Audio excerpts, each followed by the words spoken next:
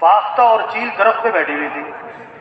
फाख्ता और चील दरख्त पे बैठी थी। एक शिकारी बंदूक लेकर शिकार करता हुआ वहां पहुंच गया। कहावत है, फाख्ता ने चील से कहा भाग जा, मारेगा तुझे। चील ने कहा मैं तो हराम हूं, तू हलाल है, इसने तुझे मारना है, तू भाग निकल यहां से। फाख्ता ने कहा मेरी मान, इसने मुझे नहीं मारना, तुझे ही मारना है, तू निकल। चील ने कहा मैं हराम हूं, तू हलाल है, मुझे नहीं मारना, तुझे मारना है। अभी उनकी बातचीत चल रही है, उसने मारा निशाना चील को और चील जाके नीचे गिरी और तड़प रही। फाख्ता ने कहा मैंने तुझे कहा नहीं था भाग जा।